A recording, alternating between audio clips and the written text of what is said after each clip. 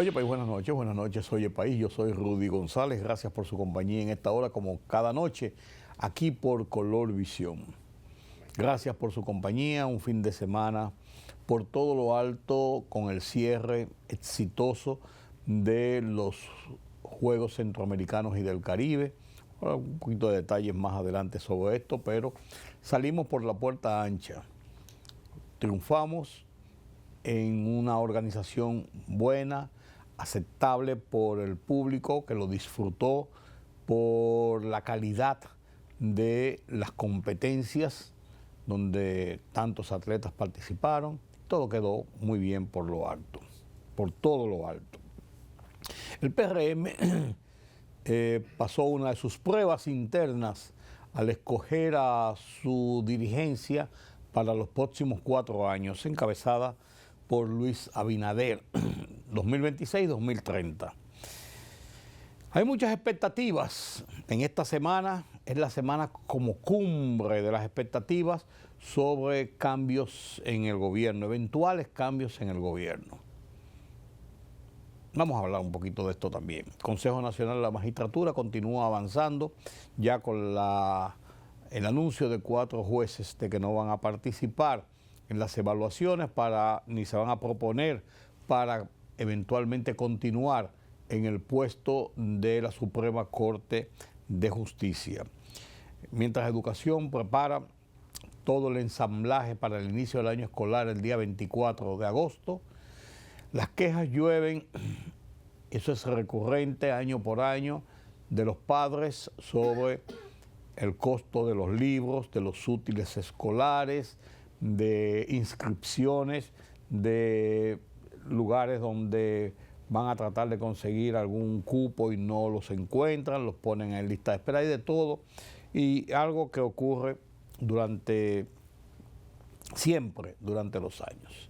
Finjus pone el punto sobre las IES en relación al tema de las encuestas prohibidas por la Junta Central Electoral, la decisión del Tribunal Constitucional, y habla sobre la extralimitación de funciones. El fallecimiento de Román Ramos y de Plácido Montero, sepultados ambos en el fin de semana, enlutece a la familia dominicana. Y no podemos cerrar este bloque sin mencionar el terremoto ocurrido en Colombia.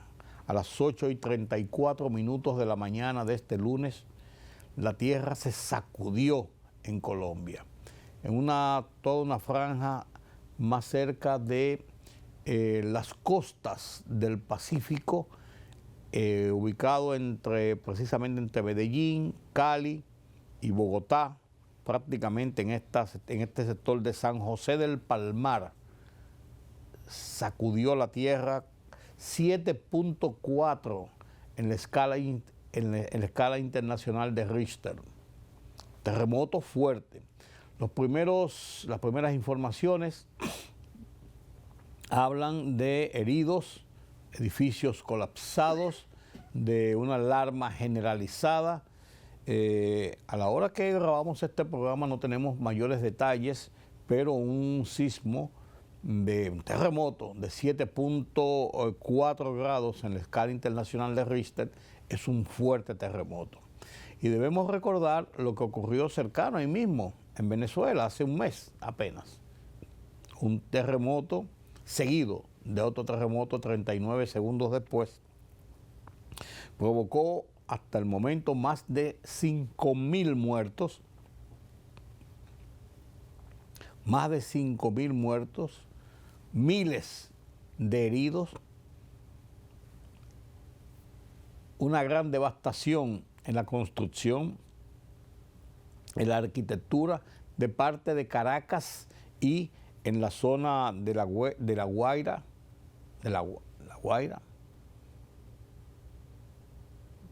una desgracia que ha sumido a Venezuela en una situación de calamidad, ya por encima del tema político, de la crisis política que ha sufrido Venezuela en los últimos años, y a partir del el 3 de enero, cuando fue extraído de Caracas el presidente Nicolás Maduro y llevado a Nueva York, donde está en una cárcel junto con su esposa Cilia Flores, esperando juicio bajo acusaciones de narcotráfico, lavado de dinero y una serie de acusaciones más que le presagian una condena bastante severa de parte de la justicia de Estados Unidos. Y mientras todo esto se recompone en la parte política y hay negociaciones que se iniciaron precisamente la semana pasada entre el gobierno y la oposición para tratar de iniciar un proceso que lleve a eventualmente llamar, como será en algún momento, a un proceso electoral que trate de derrumbar de nuevo en medio del ejercicio libre de los ciudadanos y bajo las reglas de juego que permitan un estado de libertad en el voto y de decisión de las mayorías, poder escoger un gobierno para que dirija Venezuela y dejar atrás, o tratar de dejar atrás, lo que fue la era del chavismo que se inició en 1999 y que siguió al madurismo en el 2013 a la muerte del comandante Hugo Chávez. O sea, un periodo de 25, 26 años de gobierno de fuerza, de gobierno donde se violentaban todos los derechos de la disidencia, del ejercicio de la prensa, con persecuciones políticas claras, abiertas, groseras, con el robo de las elecciones, porque lo que pasó en el 2024, en julio del 2024, no fue siquiera que hicieron unas trampas, unas cositas ahí para decir que le quitaron unos votos. Perdieron 80-20 los chavistas y con todo y eso se quedaron en el poder a la mala. Persiguieron a la oposición, establecieron un régimen de represión, de encarcelamiento, de persecución, que llevó a casi 8 millones. A lo largo de ese régimen, casi 8 millones de venezolanos al exilio, huyendo de la situación de la crisis económica que provocó ese régimen, pero además de eso, de la crisis política, de la violación de los derechos de todo género, de todas las libertades en Venezuela. La República Dominicana ha acogido desde entonces, siempre hay venezolanos en República Dominicana, pero ha acogido, se habla de más de 100.000 venezolanos que viven en República Dominicana. Han venido huyendo de esa represión, de esa barbaridad, de esa crueldad de un gobierno que se dice ser democrático y que ha sembrado el terror y que ha llevado a ese país, un país con tanta riqueza por ser uno de los principales países productores de petróleo del mundo, lo ha llevado a la miseria. Llegó un momento donde las estanterías estaban vacías y no había ni siquiera arroz o pan para comer. Una situación crítica, dura, un régimen de fuerza agresivo, persecutor, violador de todos los derechos. Eso llegó a su fin, quizás no en la forma más idónea, sino que debió ser el ejercicio democrático, puro, directo, de la generalidad de los venezolanos, de trazar sus propios destinos en las urnas, como está establecido en el régimen democrático, en el régimen de derecho, violentado flagrantemente por este grupo que asumió el poder, ya vuelvo y digo, desde 1999, bajo la batuta de Hugo Chávez, que trató de imponer incluso en las Américas, principalmente en Sudamérica, regímenes similares. Y lo logró en un momento determinado y conformaron lo que se llamó el Eje del Mar. Rafael Correa, Evo Morales, Cristina Kirchner, todos esos gobiernos de izquierda, pero de fuerza, porque habían otros gobiernos con tendencia de izquierda que no eran los gobiernos represivos y violadores como estos implantados en Sudamérica por Hugo Chávez y compartes. Por ejemplo, estaba el gobierno de Lula, dirigente de los trabajadores, un dirigente de izquierda, comunista, de izquierda. Estaba el caso de Pepe Mujica, de izquierda, pero con respeto a los derechos de los demás. Lula, centrado en sacar de la miseria, de la pobreza, a gran parte de los brasileños, y según las estadísticas logró sacar de la pobreza extrema a más de 40 millones de personas, de brasileños. No había un Estado represivo, persecutor, como ese Estado chavista, o de Evo Morales en Bolivia, ahí andan siendo perseguidos. Ahí está Correa exiliado en Bruselas, porque su esposa es de esa nacionalidad y le tocaba la nacionalidad por lógica, por derecho adquirido. Ahí vemos huyendo a todo esto. Cristina Kirchner, condenada por corrupción y una serie de cosas. Lo que indica lo que ha pasado, y vemos el caso de Hugo Chávez y el madurismo que siguió. ¿Dónde está Maduro? Donde su propia gente, lo que indica la lógica, en un momento determinado le sacaron la alfombra y dijeron, lléveselo, nosotros, ese hombre no está causando un problema aquí, aunque ellos eran parte de ese enclave. Entonces, a propósito de lo que estamos hablando, además de todos esos problemas políticos que sufre Venezuela y que está tratando de encauzarse con el apoyo de Estados Unidos y la recuperación de su industria petrolera principalmente, sufre el terremoto de hace un mes, ya digo, con un saldo de más de 5.000 muertos. Una cosa terrible, donde los dominicanos fuimos también, de los que llevábamos la voz cantante y estuvimos allí, asistiendo, dándole la mano a los hermanos. Y ahora este terremoto que se produce en Colombia, que no tenemos detalles del mismo, pero un terremoto de 7.4 en tierra, zonas pobladas. Y los primeros informes hablan de edificios colapsados, de heridos. Uno teme también lo peor. Compatriotas, en este momento me dirijo a Bogotá. He ordenado suspender toda la agenda que tenía en la capital de la República para concentrarme en el desastre natural que hoy azota a nuestro sufrido pueblo colombiano. He citado a una reunión de urgencia, un puesto de mando unificado, en las oficinas de la UNGRD en Bogotá.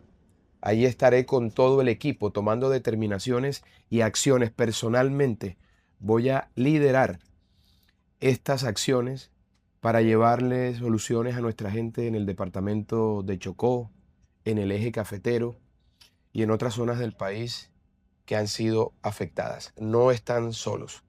Colombia tiene un presidente que le duele a su gente y que hará todo lo que esté a su alcance para ayudarles en los momentos más difíciles. Firme por la patria. Y me decía el Peluche cuando estábamos iniciando el programa, qué es lo que está pasando en el mundo, que vimos esto de este terremoto, qué es lo que está pasando en el mundo. Vienen ciclos y van ciclos de fenómenos naturales. ciclones, tifones, como le llaman por Filipinas y en esa parte de Oriente, tornados en los Estados Unidos, grandes inundaciones en muchas partes del mundo, una ola de calor arrasante que ha dejado cientos de muertos en Europa y en Estados Unidos, por ejemplo. Ahí vimos la semana pasada inundaciones en la ciudad de Nueva York y en New Jersey. Aquí lo hemos sufrido en los últimos tiempos y aquí estamos sufriendo en los últimos tiempos temblores de tierra.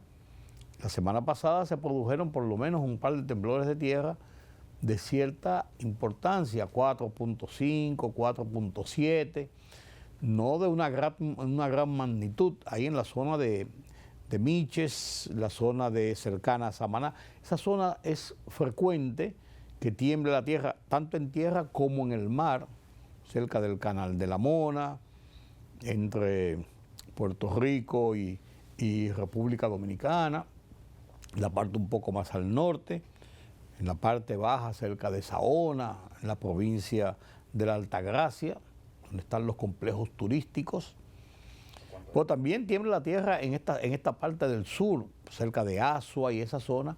Hay temblores significativos de 4, 3.8, 4 punto algo. Sobrepasó en estos días un temblor de 5.1, pero no hemos tenido, gracias a Dios, la desgracia de un fuerte terremoto. Mucha gente dice, sí, pues tembló el terremoto de Haití, y yo les recuerdo, el terremoto de Haití no hay que verlo en Haití, hay que verlo en la isla.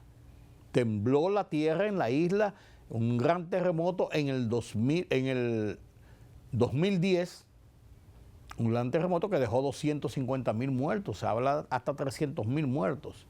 Claro, una construcción de muy mala calidad, colapsó la capital, Puerto Príncipe, colapsó, derrumbó el 70-80% de las edificaciones en Puerto Príncipe. Y los muertos, algo dantesco. Yo estuve en Puerto Príncipe a propósito del terremoto en más de una ocasión, y en las horas siguientes del terremoto, y la verdad, como periodista, y la verdad que era dantesco lo que había pasado allí. Dantesco, inenarrable. Por más que uno quiera transmitir ese horror que da ver cadáveres en la calle, por donde quiera, gente mutilada, gente herida, gritando por socorro, todo un país devastado, una capital devastada. Cuando usted ve el Palacio Nacional de un país, como en el caso de lo que yo vi en Haití, el Palacio Nacional así, aplastado y derrumbado, con una cúpula que es similar al de República Dominicana en ese sentido, que tiene una cúpula más o menos similar, así, en el suelo, que quedó intacta pero aplastada, así en el suelo. Cuando uno ve el símbolo del poder, lo que se presume es una edificación con fortaleza, hecha en los años 40 del siglo pasado, 1940, 50 en el siglo pasado. Uno dice, bueno, debe tener alguna calidad de construcción. Uno lo ve derrumbado, uno dice, oh, caramba, o sea, se resiente. Entonces yo recuerdo siempre, se lo recordaba al Peluche hablando hace un rato, que me decía, sí, acuérdese que en Haití tembló. Yo le decía, Peluche, no fue en Haití, fue en la isla. Se llama Haití porque fue de aquel lado, pero la línea divisoria, que es una línea geográfica, no significa nada para una situación de esa naturaleza. El que haya temblado en Puerto Príncipe, podemos estar diciendo que es lo mismo que tembló en Miches, al este, al extremo oeste, o que tembló en Higüey, al extremo oeste de la isla. Fue en la isla que tembló. Y fue un terremoto de gran magnitud. Entonces, yo no asusto a nadie, yo le tengo respeto y temor a ese tipo de fenómenos, lo confieso, pero la verdad es que me decía, vuelvo y cito al Peluche, porque lo conversamos mucho aquí, y es una persona que siempre está integrada en los temas, él sabe lo que está pasando más que yo, porque además de que habla con uno y oye lo que y conversamos sobre un tema, él va ahí enfrente, entre los fritos y la cosa, y no sé yo cuánto, y ahí entonces habla con los tigres, entonces se da su año de pueblo, y entonces combina lo que habla conmigo aquí, un poco más de nivel, no estoy diciendo nada, cuando habla con los tigres allá afuera, de un poco más, entonces él hace así y busca ese equilibrio y machea. Entonces me decía él, Don, ¿qué es lo que está pasando? Que está temblando mucho la tierra por donde quiera. Y ahí tiene toda la razón. Se están produciendo muchos temblores. En el temblor de la semana pasada, de principios de la semana pasada, en Japón, dejó una secuela de varios muertos. Mira que los japoneses están preparados para los temblores. Las edificaciones están preparadas para los terremotos, no temblores, para terremotos. Están preparados, incluso conocen las medidas de precaución, de cómo guarecerse, de cómo refugiarse. O sea, tienen una preparación para esto, pero con todo y eso, la magnitud de ese temblor sobre 7 grados también provocó varias muertes, más de una veintena o medio centenar de muertos y de edificios colapsados, porque la virulencia de la tierra, cuando se sacude, uno no sabe a dónde va a llegar y qué va a resistir y cómo va a resistir, dependiendo del tiempo, dependiendo del tipo de dónde estuvo el epicentro de ese terremoto. O sea, hay muchos factores, Pero quería comentarle esto porque creo que estoy consciente de que esto va a ser motivo de continuidad, de seguimiento a lo largo de esta semana, y quiero referir por eso de cómo la tierra tembló en Venezuela hace un mes, este gran terremoto de nuevo, un terremoto en Venezuela, seguido fueron dos, uno detrás de otro, 39 segundos entre uno y otro. Terremoto de Colombia, en el Perú y en Chile la semana pasada hubo sacudiones bastante fuertes también. O sea, estamos en toda una zona donde se están produciendo terremotos, temblores fuertes en las últimas semanas. ¿Qué podemos hacer? Estar preparados dentro de lo que cabe. Usted me dirá, es muy fácil tú decirlo sentado ahí, pero estar preparados mentalmente y tener alguna idea de algún tipo de prevención, de algún tipo de actuación en el momento en que sorprenda a uno un terremoto. El problema es ese, que es una sorpresa, eso no está avisado, como los huracanes. Viene por tal sitio y va a llegar a tal hora y tiene tanta potencia las ráfagas de viento y va a llover tanto. O sea, uno puede hacer ciertos preparativos, y de hecho aquí se ha hecho en República Dominicana. Si nos ponemos a ver, en los últimos tiempos las grandes tormentas que han pasado han provocado una que otra muerte, pero no asistimos a lo que era la gran cantidad de víctimas que ocurría antes cuando venían esos ciclones, cuando venían esos temporales. En el último 2023 y 2024, cuando hubo los aguaceros grandes de los meses de noviembre del 23 y noviembre del 24, que fueron sorpresivos prácticamente por la cantidad de lluvia que se registraron aquí en la capital, por ejemplo, e inundó la ciudad en un par de horas de una forma tan violenta que sorprendió a todo el mundo, y o sea, la ciudad colapsó, se anegó por completo. Apenas en ese primer episodio se perdieron muchos vehículos, daños a la propiedad, calles inundadas, de todo, y hubo 1 o 2 muertos. En el segundo incidente del 2024, en noviembre también, hubo una cantidad de muerte mayor por un incidente provocado por las lluvias, claro, pero fue el colapso que tuvo el paso a desnivel, una pared, un segmento del paso a desnivel en la avenida 27 de febrero con Máximo Gómez. Y desgraciadamente, cuando se dio la pared, iba pasando por debajo, iban pasando vehículos por debajo con todo y la gran lluvia que había, el gran diluvio, y uno de los vehículos que llevaba varias personas, una familia completa, que venía del aeropuerto de llevar a unas personas, incluso habían personas conocidas, yo conocía a un médico que estaba dentro de ese vehículo, murieron 9 personas, 9, 10 personas, ¿verdad, Peluche? Fueron como 9 o 10 que murieron. Por ese fue un accidente provocado dentro de, no necesariamente por las inundaciones y las lluvias. Bueno, fueron muertes por las inundaciones. Lo que quiero decir, en los últimos tiempos, las medidas de prevención, los avisos de las autoridades, del COE, Centro de Operaciones de Emergencia, de meteorología, de la defensa civil, de muchísimos organismos de los bomberos que han dado la voz de alarma, de alerta de esta situación y han trazado hojas de ruta para la prevención, han ayudado significativamente a evitar desgracias mayores. Pero de que estamos sujetos a estas inclemencias de la naturaleza, estamos sujetos a eso. Estamos sujetos a eso.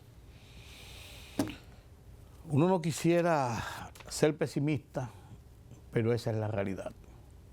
Vamos a hacer una pausa en este punto y a la vuelta continuamos con Oye País. El Ministerio de Educación inició una jornada nacional de capacitación dirigida a más de 90,000 docentes de todos los niveles y modalidades, como parte de los preparativos para el año escolar 2026-2027, que comenzará el próximo 24 de agosto con el regreso a las aulas de más de 2 millones de estudiantes. Bajo el lema Educación que inspira y transforma, la jornada estará dirigida por 11.098 docentes formadores previamente capacitados. El programa abordará planificación mediante secuencias didácticas, evaluación por competencias, uso de resultados para mejorar los aprendizajes y aplicación de tecnologías activas en las aulas. República Dominicana cerró el 25ª edición de los Juegos Centroamericanos y del Caribe con una actuación histórica al conquistar 150 medallas, incluidas 46 de oro, para ocupar el 5º lugar del medallero y establecer un nuevo récord para el país. La delegación dominicana fue reconocida durante la ceremonia de clausura, celebrada en la Arena Banreservas Virgilio Travieso Soto, en un evento que reunió más de 6.200 atletas de 37 países y territorios.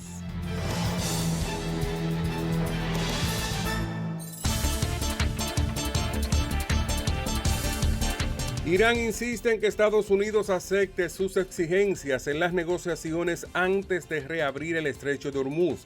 El Ministerio Yemení de Defensa anunció un nuevo balance de muertos en el ataque más reciente de los rebeldes hutíes contra la ciudad de Moca en el Mar Rojo. Israel, mientras tanto, declaró la localidad de mayoría cristiana de Taibet en la Cisjordania ocupada como zona militar cerrada tras repetidos ataques de colonos.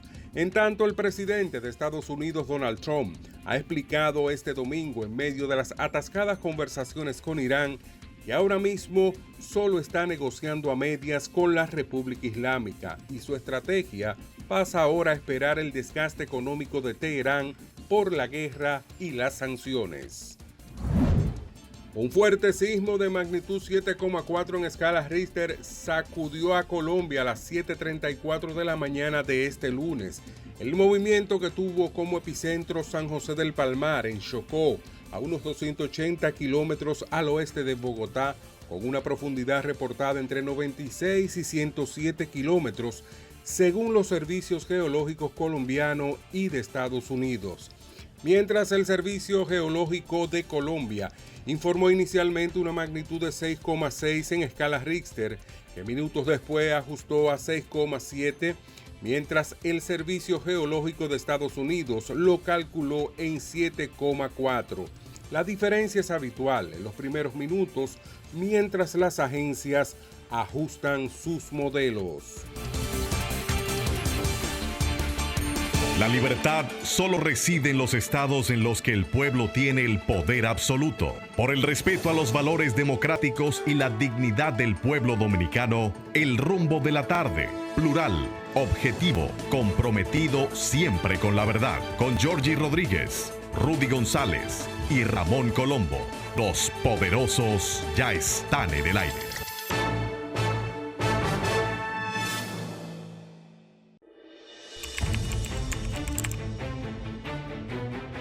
Periodismo de investigación, columnas, opinión, análisis, reportajes de fondo. Hora por hora, una completa plataforma multimedia. Periodismo con valor. Noticias horaporhora.com.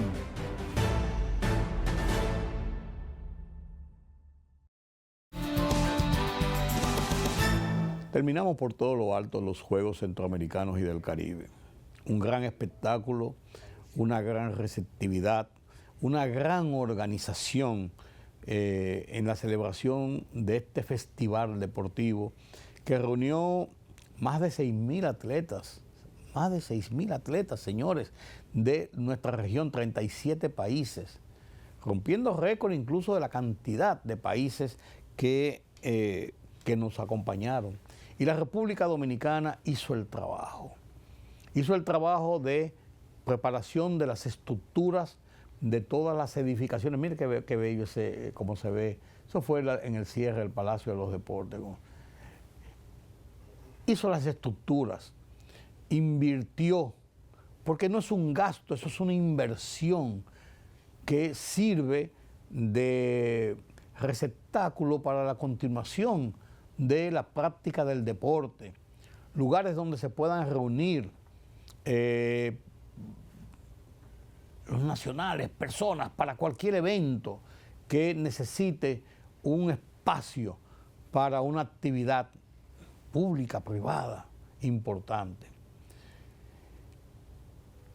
Se preparó toda la logística, personal, seguridad, alimentación, vivienda para los atletas durante los 15, 20 días que estaban en República Dominicana, atletas y delegaciones, transportación, todo un ordenamiento con identificación clara, un comité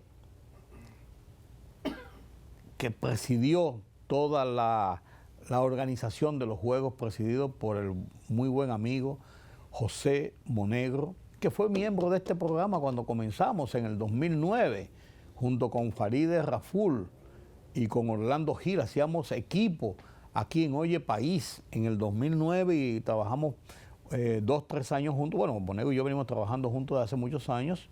Es un periodista mucho más joven que yo, pero tenemos muchos años trabajando, pero dedicó con todo y sus responsabilidades como director del periódico El Día, se dedicó en cuerpo y alma a el montaje, toda la logística de un evento tan complejo, donde participa tanta gente de tantos países y donde hay tantas responsabilidades envueltas, y echó para adelante. Ahí estaba también Luisín Mejía, presidente de la Confederación Centroamericana y del Caribe de Deportes, miembro del Comité Olímpico Internacional, que era el brazo derecho, en este caso, en cuanto a la instrumentación deportiva de todo este evento. Ministro de Deportes, la alcaldesa del Distrito Nacional, las autoridades en pleno. La presencia del presidente, de la vicepresidenta de la República, de la primera dama, en los actos inaugurales, en los actos de cierre, le daba una fortaleza de que había un respaldo institucional del país, y que no decir de la gran cantidad de personas que abarrotó los estadios. Por ejemplo, esa noche que corrió Marilady en el Estadio Olímpico, de bote en bote, bajo un aguacero terrible. Ella corrió bajo un aguacero. La gente se quedó ahí a ver a su atleta correr. Seguimiento a las reinas del Caribe. por todo lo alto. Brillaron y dieron medalla a República Dominicana, medalla de oro. Los boxeadores, 7 peleas, 7 medallas de oro.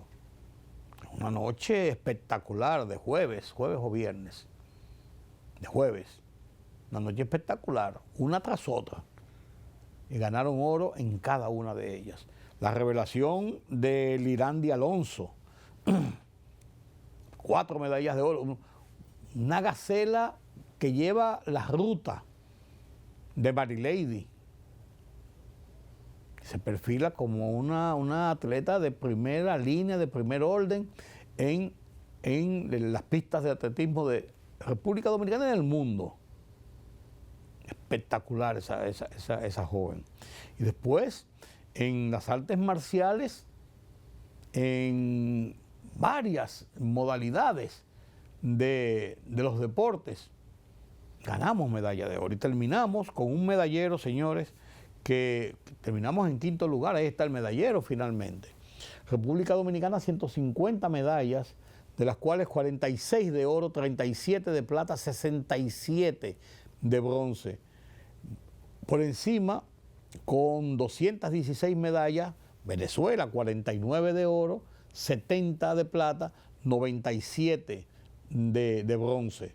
Cuba, tercer lugar, 51 medallas de oro, 48 medallas de plata, 56 medallas de bronce para 155 medallas. Colombia, 266 medallas, 91 de oro, 98 de plata, 77 de bronce. Y México, por encima de todo el mundo, la gran potencia deportiva de esta área, el país más grande y una potencia deportiva de siempre, con 407 medallas, 167 medallas de oro, 125 medallas de plata, 115 medallas de bronce para llevarse el galardón en el número 1 del medallero. Ya en la 6ª posición estuvo Puerto Rico con 124 medallas, le siguió Guatemala con 94 medallas, y Panamá 24 medallas y de ahí hacia abajo. Pero fue una fiesta deportiva, señores, por todo lo alto.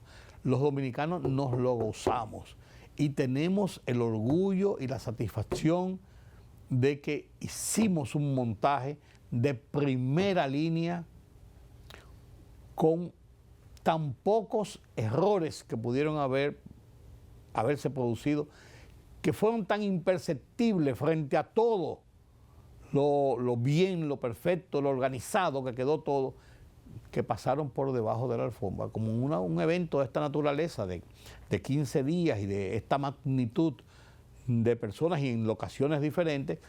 Una que otra cosita pudo haber pasado, pero no hubo incidentes de importancia, de trascendencia, no hubo situaciones enojosas, no hubo delegaciones que se sintieran, o atletas que se sintieran marginados, presionados, engañados, que se les quitara sus derechos. No se produjo nada de esto. Y los dominicanos demostramos una vez más que cuando nos proponemos, lo hacemos. Por eso yo, al tiempo de sentirme orgulloso, no fui a ninguno de los estadios. No por nada, pero yo prefiero verlo en la televisión. Yo no soy muy amigo de esas multitudes, pero tenía invitaciones para ir de los amigos del comité organizador, pero preferí verlo en la televisión en mi casa. Y la verdad que me lo disfruté. Y por eso me siento con el empoderamiento de decir a algunos que he oído algunas críticas, y eso no es malo, eso es parte de la democracia, que esto fue un gasto innecesario, que el país no estaba preparado para esto, que si... Yo creo que no. Miren, los países viven de estos eventos, de estas interacciones, de estas interrelaciones. Esto no es un gasto, esto es una inversión en la juventud, en la gente que se disfrutó estos 15 días este evento. Además nos puso en todo el continente, en la región y en el continente, en los primeros planos, en una celebración de unos juegos donde todo el mundo de esta zona se lo gozaba. Porque todos le dimos seguimiento a lo que ocurrió. Entonces los juegos son un ganar-ganar. Y creo que hemos ganado en esta celebración de los 25 Juegos Centroamericanos y del Caribe. Por todo lo alto. Tercera vez que en 100 años de juegos, tercera vez que se producen en República Dominicana. Primera vez 1974. Se hizo el Centro Olímpico Juan Pablo Duarte para esos Juegos. 84, 94, 2004, 2014, 2024, 25, 26. 52 años. Ahí están las instalaciones del Centro Olímpico Juan Pablo Duarte. Necesitaba remozamiento, inversiones para ponerlos a tono, pero con unas inversiones y unos arreglos y unos equipamientos que le dan un futuro de uso por varios años. Y toda obra, la casa, hay que pintarla. El jardín hay que podarlo. Las puertas hay que barnizarlas y hay que arreglarlas. Las ventanas, se le cae un vidrio, se daña la manigueta y hay que arreglarla. Ese es el diario vivir. Y eso es lo que ha hecho República Dominicana. Ha hecho una inversión para el presente, que son los juegos, para su futuro inmediato y para el futuro a más largo plazo. Vuelvo y digo, ahí está el Centro Olímpico Juan Pablo Duarte, primeros Juegos Centroamericanos y del Caribe celebrados aquí en 1974. Y ese Centro Olímpico constituye un gran pulmón para una ciudad abarrotada y que cada vez crece más con edificios altos, con un tráfico horrible, horroroso. Y ese es un pulmón donde se puede ir a respirar, donde se puede ir a hacer deportes, a caminar, a hacer ejercicios, a participar en un evento fuera de la parte deportiva, un espectáculo en alguno de los escenarios. Hay muchísimos escenarios para hacerlo allí. Eso es una inversión. Segundo Juegos Centroamericanos y del Caribe en 1986 en Santiago de los Caballeros. Juegos Panamericanos en el 2003 en República Dominicana. Y ahora la tercera edición de los Juegos Centroamericanos y del Caribe, 2026, precisamente al cumplir un centenario, estos Juegos regionales. Y hemos pasado la prueba y yo creo que hemos pasado con un 100 más, de lo cual me siento orgulloso. Esas instalaciones quedan para nuestro presente y nuestro futuro. El nombre de República Dominicana está inscrito, no por la cantidad de medallas, sino por el éxito en sentido general en un festival deportivo como el que hemos celebrado. Así es, señores, así es. En otro orden, el PRM pasó una prueba de fuego. Pasó una prueba de fuego y le dio la oportunidad de a lo interno del partido de gobierno, un partido muy joven, estructurado en el 2014 apenas, un partido que tiene 10 años. 6 años, 7 años que llegó al poder, 6 años que llegó al poder. Tiene 12 años de estructurado oficialmente. Y pasó una prueba importante, que es una prueba interna, de demostrar, no hacia el exterior, sino entre ellos mismos, que es posible negociar las posiciones de poder a lo interno,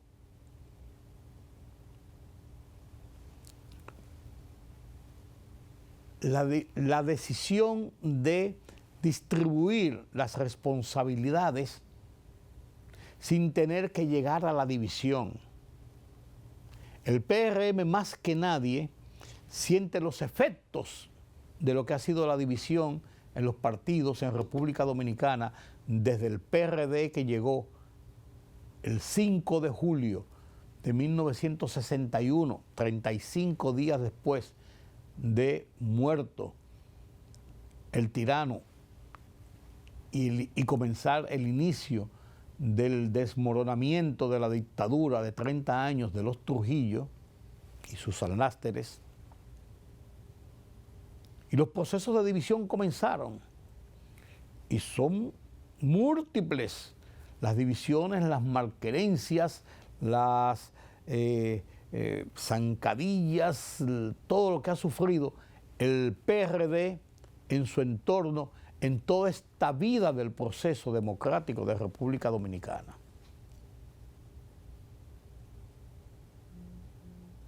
Y el PRM es fruto de una de esas divisiones, la última división del PRD. Después de las elecciones del 2012, cuando Miguel Vargas se quedó con una parte del partido y otra parte encabezada por Hipólito Mejía y Luis Abinader, por Hipólito Mejía principalmente, se desligaron del partido y provocaron toda aquella situación que los dividió. Ya habían habido divisiones de siempre en el PRD. Yo recuerdo 1967, 1977, cubriendo la convención, la 7ª convención nacional del PRD en el centro de detallistas, ahí en la calle Jacinto de la Concha. Una convención que duró 36 horas corrida, comenzó una mañana, siguió toda la noche y terminó en la tarde del día siguiente. Estuvimos, yo recuerdo, comer un moro de guandules con chivo y yuca a las 4 de la mañana. Toda la dirigencia del PRD y todo el mundo ahí, estábamos todos los periodistas ahí y nosotros participamos de ese desayuno, cena, almuerzo corrido. Ahí estalló esa división con todo el fragor entre Jorge Blanco, Antonio Guzmán, Jacobo Magluta, Peña Gómez, Satuey de Camps, los grandes dirigentes del partido de ese momento. Lo desgarró. El partido así siguieron después del 86 entre Peña Gómez y Magluta y dividieron el partido y cada uno formó un partido diferente, el BIS y el PRI. Y bueno, todo esto que conocemos. Y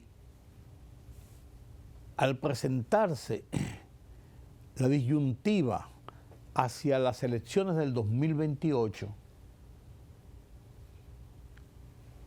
surgen varios aspirantes a la candidatura presidencial, toda vez que Luis Abinader está impedido de presentarse como candidato presidencial y concluye su mandato en el 2028.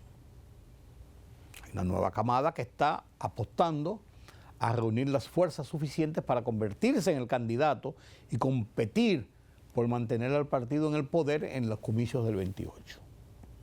Y eso lógicamente, se quiera o no, y por más amigos que seamos y más compañeros que nos tratemos, siempre hay esos choques y esas divisiones por los intereses que suscita la política. Entonces esa prueba de fuego de cómo se dividían los poderes en la estructuración de la nueva directiva del partido, que tocaba renovarse precisamente ahora en el 2026, puso a pensar a mucha gente y podía ser el indicio de lo que podía pasar. Sin embargo, negociaciones que no fueron de un día y yo te doy esto y tú me das aquello y yo cojo esto y a mí no me gusta fulano y todo, no, que vinieron consensuándose, arribaron a un acuerdo que se dieron oficialmente en esa reunión del domingo pasado. Luis Abinader asume la presidencia del partido por los próximos 4 años. Va a quedar 2 años en una suspensión de las funciones de presidente del partido porque está como presidente de la República. Y no tiene tiempo y además no se conjugan situaciones que son un poco más complejas. Se designa a Deligne Ascensión, que es un hombre de la confianza de Luis Abinader, como vicepresidente ejecutivo, para que él dirija en estos 2 años que Luis Abinader le restan de mandato presidencial, para que él asuma la presidencia, o sea, las labores de la presidencia del partido. Luis es el titular, pero Deligne es el ejecutivo, el que va a lidiar con las situaciones del partido. Entonces viene la repartición de cuotas. Si Luis Abinader asume, hay 2 grandes tendencias dentro del partido. Luis Abinader, que tiene la gran mayoría, Hipólito Mejía, que tiene una minoría, pero es uno de los líderes a final de cuentas.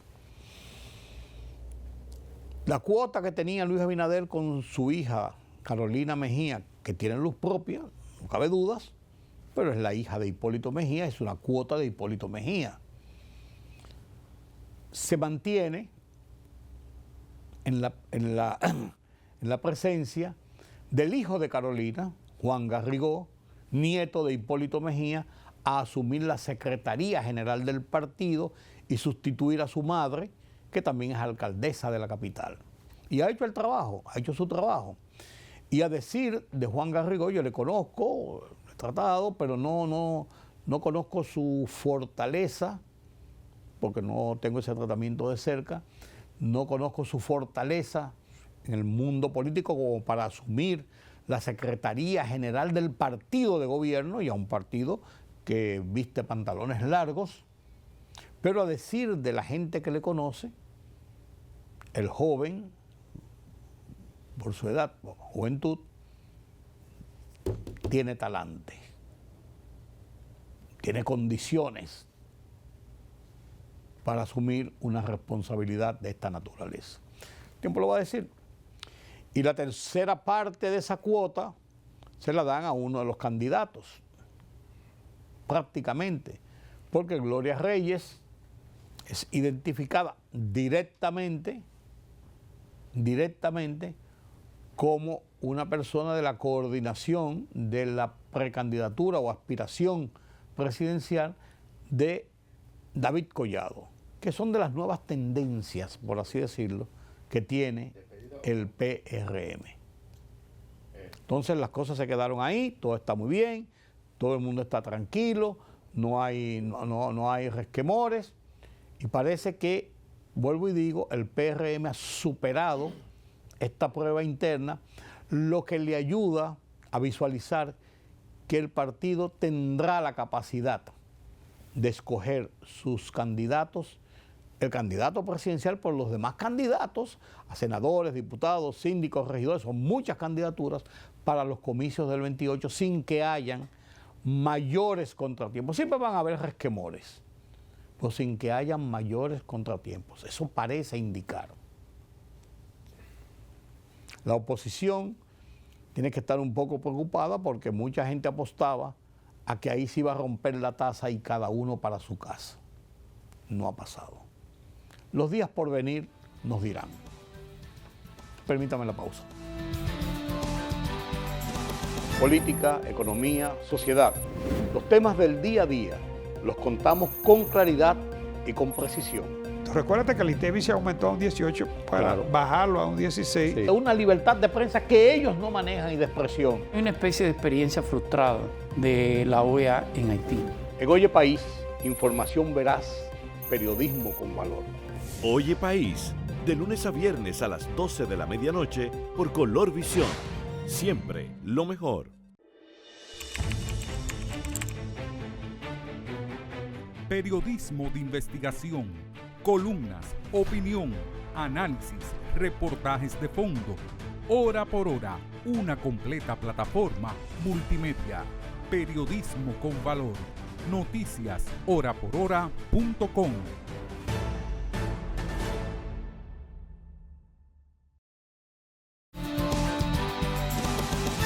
Gracias por continuar con nosotros aquí en Oye País. Y en medio de todo esto de convenciones, del triunfo de los Juegos, también esta semana que abre la semana central del mes de agosto, con el 16 de agosto en el camino, el próximo sábado, mucha gente piensa y mucha gente está atento, el sábado domingo, está atento a y aumenta la bullanguería interna, el morbo, los rumores sobre la eventualidad de cambios importantes en la administración pública del gobierno de Luis Abinader. Tiene una razón, comienzan los 2 últimos años de gestión, son 2 años que van a tener signado mucho los temas políticos. La gente siempre entiende que los cambios, las remociones, las promociones, nuevas figuras o rotaciones son interesantes para dar una movilidad a las estructuras de gobierno. Y por eso se acusa la necesidad y casi la obligatoriedad de que se produzcan cambios en la administración pública. Y hay una suerte de casi de gabinete que la gente dice y que fulano va para aquí y Perencejo va para allá y que si fulano es idóneo para esto y que a fulano de tal hay que sacarlo y que a fulano de tal hay que ponerlo y que fulano de tal encaja aquí o que Perencejo no encaja allí, de todo. La gente tiene sus opiniones y es normal, pero todo eso que se habla está bajo la decisión única de una persona. Este es un régimen presidencialista que se llama Luis Abinader en esta ocasión. Una persona que con una firma, como él firma, toma esa decisión de cara al mandato y a la potestad que le da el artículo 128 de la Constitución de la República. Vuelvo y digo, hay muchos gabinetes, hay mucha gente. El presidente Abinader es quien tiene la sartén por el mango, como dice el refranero popular. En sus manos está el pandero, dice otro de los refraneros. Seguimos atentos y en otra emisión de Oye País quizás ya tengamos algunos resultados de esto que se dice de una u otra forma. O no pasó nada, o pasó mucho, o pasó poco, o son los que nosotros esperábamos, o no ocurrió lo que todos pensaban. Mañana nueva vez, aquí en Color Visión, a lo mejor tengamos algunas novedades. Ya veremos. Mientras tanto, pasen un feliz resto de esta noche. Yo soy Rudy González. Los espero para seguir analizando con ustedes los temas de interés nacional e internacional. Será hasta mañana.